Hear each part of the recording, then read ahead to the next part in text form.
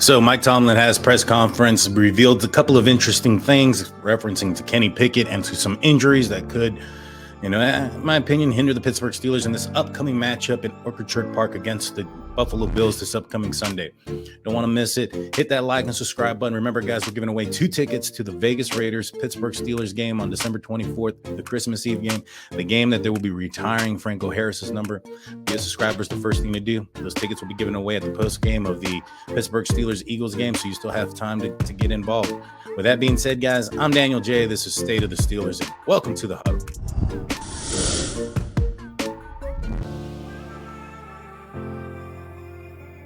Mike Tomlin spoke to the media just now here a few minutes ago and expressed what everybody thought, confirmed what everybody was already thinking as far as the quarterback position moving forward in Kenny Pickett. Mike Tomlin also expressed that the move, was more to do with the results of the game and the results of the team and the offense in whole. He didn't put the entire blame on Mitch Trubisky, but felt at that point in time, it's just been too stagnant. It was too slow. It needed a spark. And what Kenny Pickett was able to provide during preseason and in-stadium games earlier on this preseason showed that he was able to provide a spark in all elements of the game, and offense and defense, so to speak.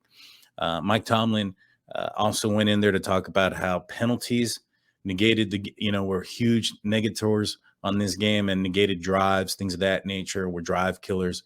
And even on special teams, when Boz, kicked the ball out of bounds, that led to field positioning that was not, in the Pittsburgh Steelers' favor. And so a couple of other things to talk about real quick.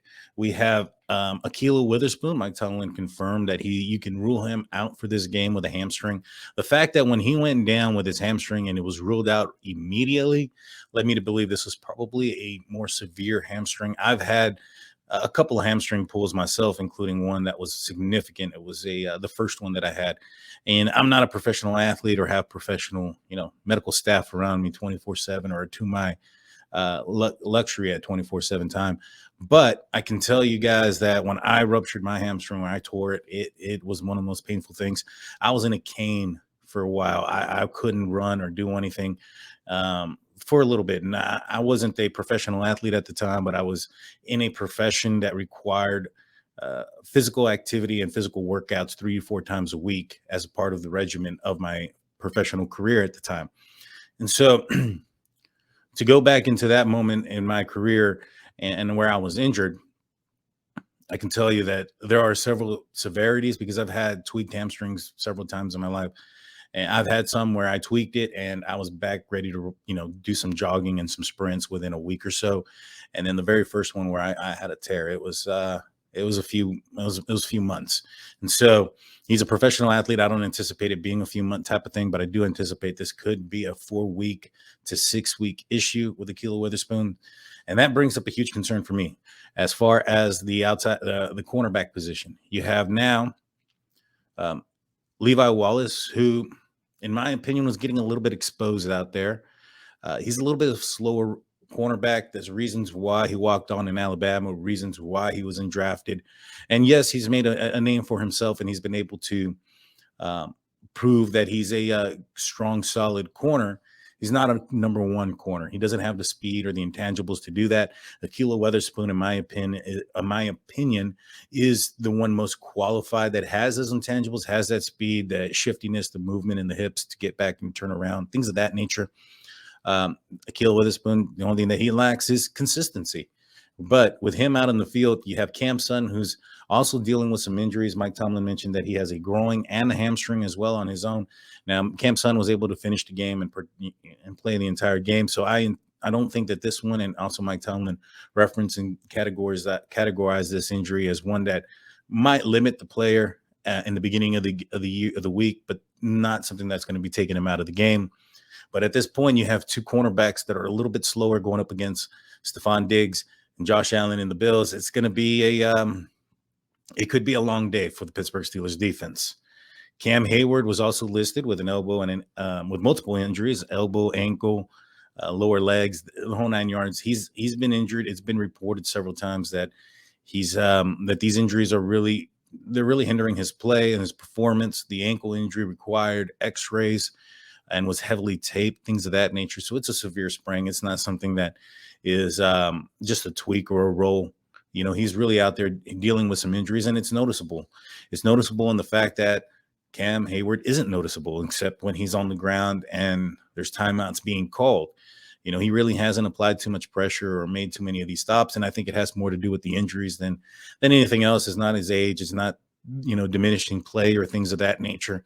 When you play 100 snaps in the first game as a defense as a whole, that's going to limit you. That's going to cause injuries. It's going to cause fatigue that can linger throughout the entire season if not taken under control.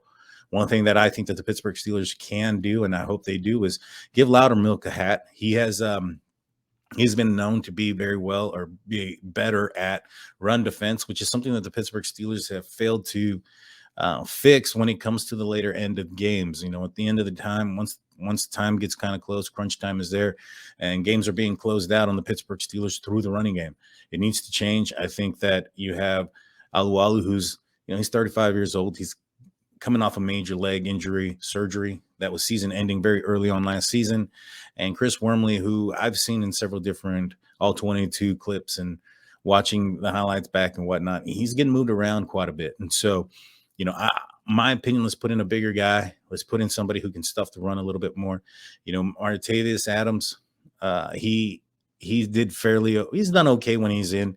He's still not a world beater or anything like that. I think that if maybe perhaps Loudermilk gets a helmet, that could be beneficial for the Pittsburgh Steelers, especially in the later end of the game when fatigue and those things are starting to take set and teams are starting to run the ball on you. At that point, let's put in a fresh Loudermilk. Let's see what he can do, and let's see if he can, stop the bleeding, so to speak. Terrell Edmunds is still in the concussion protocol.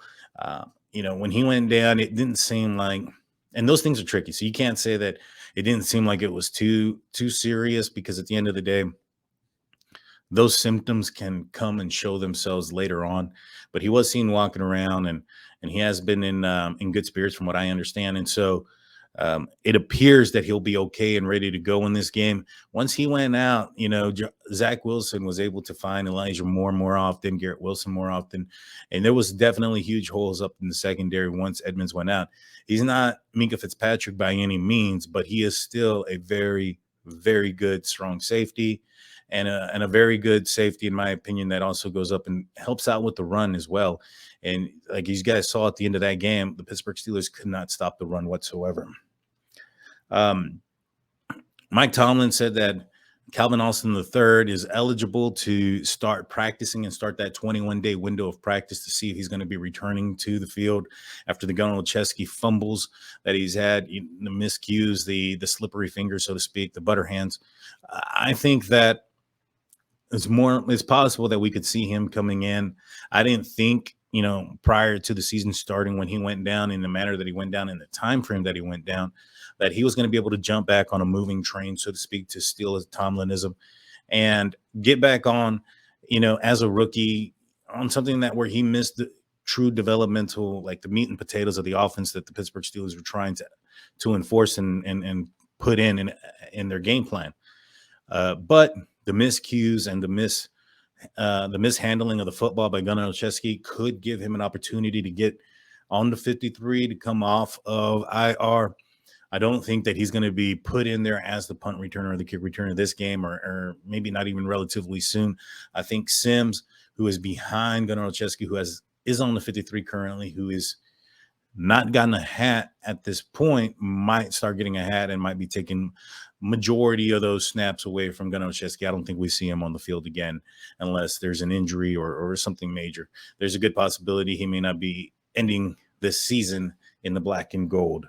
As far as DeMonte Casey, guys, there was some question marks about, is he able to come in and back to this game? It really wasn't reported too much out there. It was, but it wasn't out there as much. But he actually failed a drug test a couple of weeks back and was suspended for 3 weeks, which would put him past this game. I think this is his last game that he's on the suspension. And then after this game, he'll be eligible to return to the field. It was a 3-game suspension for performance enhancement drug positive in his drug test.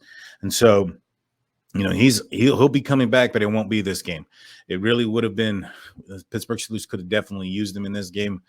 However, it's, it is what it is, and Trey Norwood's going to have to step up and perform better than what he did last week. As, like I mentioned before, Zach Wilson went from, pumpkin to hero once Edmunds went out.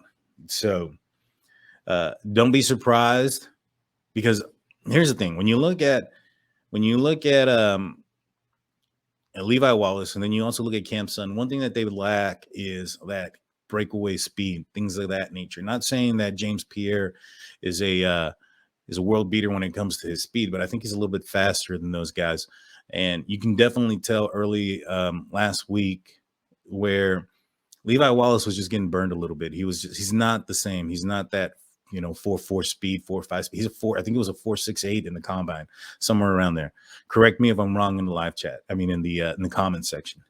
But it's obvious now. This is a game that the Pittsburgh Steelers are going into in Orchard Park that I think is winnable. You have Mitch Trubisky, who's been demoted, who's going to be now working with the scout. I would hope he'd be working with the scout team to show the defense what it is to expect and what possibly could occur in this game. And Levi Wallace was also a member of the Buffalo Bills last year, who could also, put in some, what is the word I'm looking for? Pointer, so to speak, as to what to expect from the opposition. So it could be a closer game than everybody's anticipating. Vegas is still sleeping on the Pittsburgh Steelers as they are 2 touchdown dogs in this game. I don't know, maybe Kenny Pickett can close in the gap and maybe even surpass. It's going to be a good one. Can't wait for it to happen, guys. That's all I got for y'all today. Please hit that like and subscribe button. Make sure you subscribe before October 30th, so that way you're entered into the ticket giveaway. 2 tickets, lower level, in the end zone, for free. Can't beat it. Pittsburgh Steelers versus Vegas Raiders. Peace.